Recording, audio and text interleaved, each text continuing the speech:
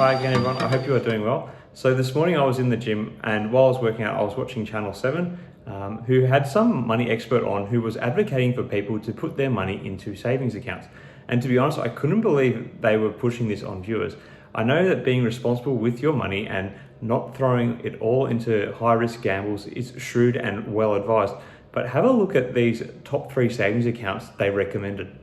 So ING was offering 1.3%, a new bank called 86400, weird name by the way, was offering 1.1%, and Me Bank was offering 1.15%.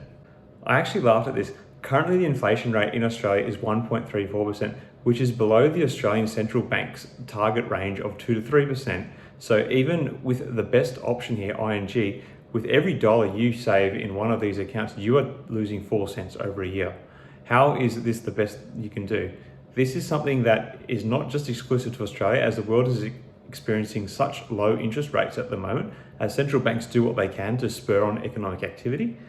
So off the top of my head, here are some better options for what you can do to get a better return on your excess cash that you are holding. Firstly, if you have a mortgage, either put the spare money into an offset account or a redraw facility so you are offsetting the interest on your loan.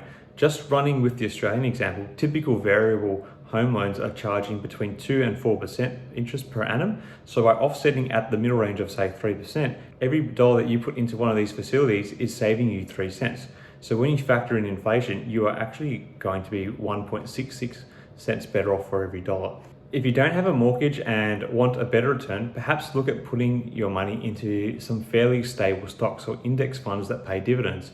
Some examples of stocks that I quite like in the US are companies like information management company Iron Mountain, which currently has a dividend yield of 6.67%, and telecommunication provider AT&T, which I think is currently at a bargain price, making its yield even more attractive at 7.26%. In Australia, some companies I quite like are Real Estate Investment Trust Stockland, who are offering 4.92%, and Jupiter Mines offering a yield of 5.93%. These are all pretty stable companies, and their share prices actually don't fluctuate as dramatically as some of the big movies that we have seen in recent times. So they're a fairly reasonably safe place to park your money, although saying that, there is still an element of risk. Of course, you can also look into other REITs or real estate investment trusts and stocks, and even high yield indexes. A good place to look for local indexes are BlackRock and Vanguard websites in your country, as they generally provide the largest and most competitive of these types of funds. But basically, there are plenty of better returns than what savings accounts are offering. I suppose you have to remember that there are price fluctuations that can affect any sort of stock, both positively and negatively. So this avenue has an elevated degree of risk to it. It is also worth considering any potential brokerage fees that you may need to pay. Perhaps if you are someone who is not as risk adverse, you would not be looking to put large amounts of your spare cash into this option. It's all personal preference really, but really, end of the day, you should be trying to beat this inflation rate.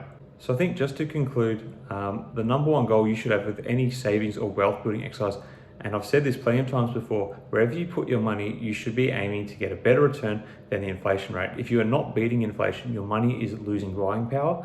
I'm not a financial advisor, but personally, this is one of the big reasons why I like getting into property as soon as possible, because of the ability to offset and redraw on loans. It makes for a great place to park your money and build up excess cash while looking for other investing opportunities. So more of my money is working harder for me than if I was just to leave it in one of these run-of-the-mill savings accounts. Anyway, just a quick video on this today. Hope you're all doing well. Thanks for watching. Cheers.